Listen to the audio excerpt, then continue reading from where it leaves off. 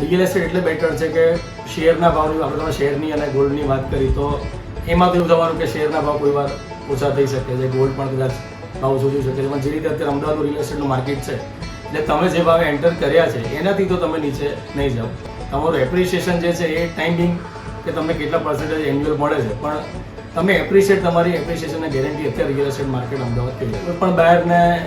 Property જ્યારે purchase કરવાની હોય છે તો એમને એમનું બજેટ, એમને કયા બજેટ સુધીમાં એમનું ઇન્વેસ્ટમેન્ટ કરવું છે, એમનો એરિયા પ્રેફરન્સ હોવો જોઈએ કે કયા એરિયામાં એ લોકો પ્રેફરન્સ છે.